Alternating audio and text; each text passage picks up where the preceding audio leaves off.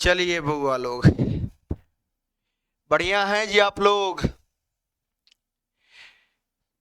चलिए, अगर बढ़िया हो तो एक बार मैसेज कर दीजिएगा कि ठीक है सर, तनी हमरो मन बढ़िया हो जाएगा कि बात को गौर से सुन रहा है सब। और आज हम आपके सामने लेकर के उपस्थित हैं बुआ द सोल्जर पोइट्री को, और इसको लाइन बाय लाइन एक्सप्लेन करेंगे, एकदम लाइन बाय लाइन समझाएंगे। और यदि आप इस 20 मिनट 25 मिनट के क्लास में रह गए बढ़िया से बने हुए, तो आपको लाइन बाय लाइन याद भी हो जाएगा। तो हम लोगों का जो पोएट्री पढ़ने का तरीका है थोड़ा सा क्या है, अलग है। कैसे पढ़ते हैं हम लोग पोएट्री? तो पहले पोएट्री पढ़ लेते हैं और फिर थोड़ा सा पोएट के बारे में क्या करते हैं, जानकारी लेते हैं। तो चलिए पहले पोएट्री पढ़ लिया जाए। और पोएट्री का नाम है बुआ रूपर्ट ब्रूक। पोएट्री का नाम क्या है? Sorry, the soldier. और इनके राइटर का नाम क्या है? Rupert Brooke. उसको समझा जाएगा आगे। तो रूपर्ट ब्रूक क्या कहते हैं, पहले इस कहानी को समझ लो कि इस कविता को कब लिखा गया, कैसे लिखा गया। क्या हुआ बाबू कि प्रथम विश्व युद्ध चल रहा था, और जब प्रथम विश्व युद्ध चल रहा था तो दोनों तरफ की जो सेनाएं थी आपस में लड़ रही थी। और रूपर्ट ब्रूक जो है इंग्लैंड के सेना थे, सोल्जर थे। तो क्या हुआ कि जब वहां पे सैनिकों का देहांत होने लगा, है ना जी, तो जो बाकी सैनिक थे वे सारे घबरा गए और डरने लगे और कहने लगे कि हम प्रथम विश्व युद्ध में हिस्सा नहीं लेंगे। उन्हीं को इंस्पायर करने के लिए, उन्हीं को प्रेरित करने के लिए रूपर्ट ब्रूक ने द सोल्जर नामक कविता लिखा। और क्या कहा अपने सैनिक भाइयों से? उनके सैनिक भाई बैठे हुए हैं, डरे हुए, सहमे हुए, और रूपर्ट ब्रूक उनको प्रेरित करते हैं। कहते हैं अपने सैनिक भाइयों से कि सुनो रे, तू सब युद्ध करने नहीं जाना चाहता है तो मत जाओ, मैं युद्ध करने जा रहा हूं। मैं कहां जा रहा हूं जी? युद्ध करने जा रहा हूं। और सुनो, इफ आई शुड डाई, यदि मैं मर जाता हूं, यदि मैं वहां जाता हूं और मर जाता हूं, मारा जाता हूं, थिंक तो सोचना, अनली केवल, दिस ऑफ मी, मेरे बारे में केवल इतना सोचना। ठीक है ना?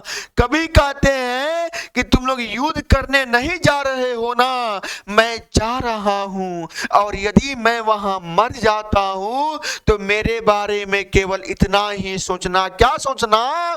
कि दैट की there is some corner of a foreign field. Foreign field मतलब हो गया विदेशी जमीन। इतना सोचना कि विदेशी जमी का, कहां का बाबू? विदेशी जमी का कुछ कोना, कुछ हिस्सा हमेशा के लिए, that is for ever England, हमेशा के लिए किसका हो गया? इंग्लैंड का हो गया। कभी कहते हैं यदि मैं जाता हूं और मारा जाता हूं तो मेरे बारे में केवल इतना ही सोचना कि विदेशी जमी का, जहां पे मैं मारा जाऊंगा, वहां का कुछ कोना हमेशा के लिए किसका हो गया? इंग्लैंड का हो गया। क्यों जी? क्यों? तो क्योंकि there shall be in that richer earth, क्योंकि उस धनी जमी में अ रिचर डस्ट कंसील्ड, उससे भी अधिक धूल कण मिल जाएगा। कभी कहते हैं क्योंकि मुझे जहां दफनाया जाएगा, जहां हलाया जाएगा ना, वह जमी हमेशा के लिए किसका बन जाएगा? इंग्लैंड का बन जाएगा। क्योंकि उस जमी में, उस जमी से भी धनी धूलकण क्या हो जाएगा? मिल जाएगा। आगे कवि कहते हैं अ डस्ट, एक धूलकण, कवि कभी अपने आप को डस्ट कह के, धूल कण कह के संबोधित करते हैं। कभी कहते हैं कि अडस्ट, एक धूल कण। होम, जिसको इंग्लैंड बोर, इंग्लैंड ने जन्म दिया। इंग्लैंड ने क्या दिया बाबू? जन्म दिया, शेप्ड, आकार दिया, मेड अवेयर, जागरूक बनाया। Gave once her flowers to love, और अपने पुष्पों को दिया काहे के लिए? तो प्रेम करने के लिए। क्या करने के लिए? प्रेम करने के लिए दिया पुष्प। हर वेज टू रोम, और अपने रास्ते दिए रोम करने के लिए, घूमने के लिए। अ बॉडी ऑफ इंग्लैंड से, यह एक इंग्लैंड का बॉडी है, शरीर है। ब्रीदिंग इंग्लिश एयर, जो अंग्रेजी हवा में सांस लेता है। Breathing English air, washed by the reverse से, और इंग्लैंड के नदियों के द्वारा नहलाया जाता है यह शरीर। Blessed by suns of home, और होम यानी इंग्लैंड के सूर्य के द्वारा आशीर्वाद दिया जाता है, तपाया जाता है। यह इंग्लैंड का क्या है? शरीर है। और इस शरीर को जहां भी दफनाया जाएगा, वह जमी हमेशा के लिए किसका बन जाएगा? इंग्लैंड का बन जाएगा। किसका बन जाएगा बुआ? इंग्लैंड का बन जाएगा। और यहीं पे जो है फर्स्ट स्टंजा आपका क्या होता है? खत्म होता है। सेकेंड स्टंजा को देख लीजिए। सेकेंड स्टंजा में कभी कहते हैं एंड थिंक, और सोचना। और क्या करना जी? सोचना। और सोचना, जब मैं मर जाऊं तो और सोचना कि दिस हार्ट, यह जो हार्ट है, यह जो दिल है, इसमें का ऑल एविल, इसमें की सारी दुष्टता, इसमें की बाबू सारी दुष्टता खत्म हो जाएंगी। क्या हो जाएंगी? खत्म हो जाएंगी। ऑल एविल, सारी दुष्टता सेड अवे, खत्म हो जाएंगी। जब मैं क्या हो जाऊंगा? मर जाऊंगा। जब मेरा क्या हो जाएगा? देहांत हो जाएगा। आगे कभी कहते हैं अ पल्स, पल्स मतलब होता है तीव्रता। इन द इटर्नल माइंड, आंतरिक दिमाग की तीव्रता नो लेस, कभी कम नहीं होगी।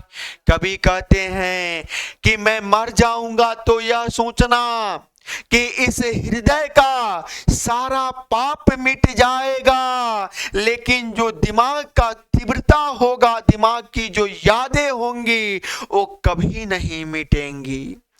gives somewhere back the thoughts by England's given, England ने जो दिया है उस विचारों को कहीं बैठ करके क्या करूंगा? याद करूंगा, स्मरण करूंगा उन यादों को। क्योंकि उन यादों, वे जो यादें हैं, जिन यादों को इंग्लैंड ने हमको दिया है, उन यादों को हम कभी भुला नहीं पाएंगे, हमेशा उसको याद रखेंगे। आगे कभी कहते हैं हर साइड से उसके दृश्य, इंग्लैंड के द्वारा दिए गए दृश्य, एंड साउंड्स, और आवाजें, जिन आवाजों को इंग्लैंड ने हमको दिया है, जिन आवाजों को मैंने सुना है, उन यादों को मैं कभी भूल नहीं पाऊंगा। ड्रीम्स हैप्पी एज हर डे, और उन सपनों को जो डे को, दिन को खुशहाल कर दिया करता था, उन सपनों को मैं कभी नहीं भूल पाऊंगा, उनको हमेशा याद रखूंगा। आगे कभी कहते हैं एंड लाफ्टर, उन हंसियों को, जिन हंसियों को इंग्लैंड ने मुझको दिया है। लर्न ऑफ फ्रेंड्स, दोस्तों से जो मैंने लर्न किया है, सीखा है, उन सारी चीजों को। एंड जेंटल जेंटलनेस और नेकपन को मैं कभी नहीं भूल पाऊंगा। इन हार्ट्स एट पीस, जब मेरा हृदय पीस हो जाएगा, शांत हो जाएगा, यानी जब मेरा देहांत हो जाएगा, मैं इन सारे चीजों को याद करूंगा। अंडर मतलब नीचे बैठ के, under and English heaven, under English heaven होगा अंग्रेजी स्वर्ग के नीचे बैठकर मैं उन सारे यादों को याद करूंगा जिसको इंग्लैंड ने हमको क्या दिया है। चलिए कविता यहीं पे खत्म होता है, आगे बढ़ते हैं। आप थोड़ा सा पोएट के बारे में जान लो, सब पोएट के बारे में जान लो। बुआ द सोल्जर, द सोल्जर का मतलब क्या हुआ? सोल्जर का हिंदी क्या होता है बुआ? सोल्जर का हिंदी क्या होता है? सैनिक। और सैनिक बुआ कौन बनता है? सैनिक वही बनता है जो रूपरेखा पर ध्यान नहीं देता है। वो बालक कभी सैनिक नहीं बन पाते हैं जो बालक जो है अपने रूपरेखा पर ध्यान देते हैं, दिन भर में 3 बार फेयर लवली लगाते हैं, वो कभी भी सोल्जर नहीं बन सकते हैं। तो सोल्जर कौन बनेगा? जो बाबू रूपरेखा पर ध्यान नहीं देगा। रूप से क्या हो जाएगा? रूपट, और अपने हड्डियों को तोड़ता रहेगा। तोड़ने से क्या हो जाएगा? ब्रेक। ब्रेक मतलब होता है तोड़ना, तो ब्रेक से ब्रूक हो जाएगा। द सोल्जर के राइटर का नाम क्या हो जाएगा? Rupert Brooke. आगे ये लिखा हुआ है क्या बाबू कि रूपर्ट ब्रूक का जन्म बाबू 1887 में हुआ और देहांत 1915 में हो गया। यानी ये जो बंदा है 28 साल के एज में इस दुनिया को टाटा बाय बाय करके चला गया। क्यों जी? तो शरीर में एक बिच्छू के काटने से शरीर में जहर जो फैल गया ना, उसके वजह से इनको 28 साल के उम्र में ही इस धरती को अलविदा कहना पड़ा। लिखा हुआ है was born in a well to do academic family. इनका जन्म बाबू well to do academic family मतलब होता है पढ़ा लिखा परिवार में, बढ़िया परिवार में इनका जन्म हुआ था। हिज फादर, उनके पापा वाज थे, क्या थे? तो a house master at Rugby School. Rugby School के उनके पापा क्या थे? हाउस मास्टर थे, प्रधान थे। वेयर, जहां पे रूपर्ट वाज एजुकेटेड, जहां पे रूपर्ट जो है शिक्षित हुए थे। बिफोर, पहले, going to King's College, King's College में जाने के पहले जहां पे रूपर्ट क्या हुए थे? शिक्षित हुए थे। जहां पे इनका शिक्षा दीक्षा हुआ था वह जगह क्या था बाबू? इनके पापा का ही स्कूल था, किंग्स कॉलेज कैम्ब्रिज जाने से पहले। आगे लिखा हुआ है W.B. Yeats एक बहुत ही मशहूर क्या है? कवि हैं। द फेमस पोएट, एक प्रसिद्ध कवि हैं। डिस्क्राइब्ड हिम, उनके बारे में उल्लेख करते हैं कि as the handsomest young man in the England, कि जो बुआ रूपर्ट ब्रूक है इंग्लैंड में सबसे सुंदर युवा व्यक्ति है। कौन? Rupert Brooke. W.B. Yeats का कहना था कि जो है रूपर्ट ब्रूक है ना, ये इंग्लैंड का सबसे सुंदर व्यक्ति है। सबसे सुंदर क्या है? व्यक्ति है।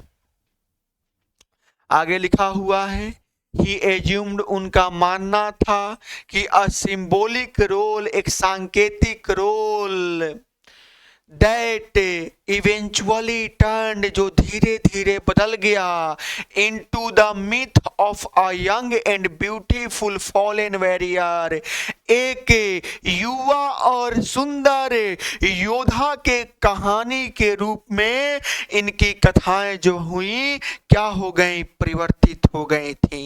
ही डाइड, उनका देहांत हो गया, ऑफ सेप्टिसिमिया, सेप्टिसिमिया नामक बीमारी से, ऑन 23 अप्रैल 1915, 23 अप्रैल 1915 ईस्वी को इनका क्या हो गया बाबू? देहांत हो गया। ठीक है ना जी, सेप्टिसिमिया नामक बीमारी से यानी जहर फैलने से। Of the island of Lemnos, बाबू लेमनस नामक आइसलैंड पे, इन द एजियन, जो एजियन में पड़ता है, on his way to battle at Gallipoli, बाबू जब गावी पोली के युद्ध के दौरान, ठीक है, एजियन नामक शहर में थे, उसके लेमनस नामक आइसलैंड पे, द्वीप पे इनका क्या हो गया, देहांत हो गया। ब्रूक इज रिमेम्बर्ड, ब्रूक को याद किया जाता है एज अ वार पोएट, एक युद्ध कवि के रूप में, हु इंस्पायर्ड, जो प्रेरित किए थे, पैट्रियोटिज्म, देशभक्ति का, जो देशभक्ति का क्या किए थे, देशभक्ति के प्रेम भावना को बढ़ाए थे अपने सैनिकों के बीच में। In the early phase, early मतलब शुरुआती फेज में, शुरुआती दौर में, of the first world war, प्रथम विश्व युद्ध के प्रारंभिक दौर में, इन्होंने अपने सैनिकों के अंदर प्रेरणा भरने का क्या किया था, कार्य किया था।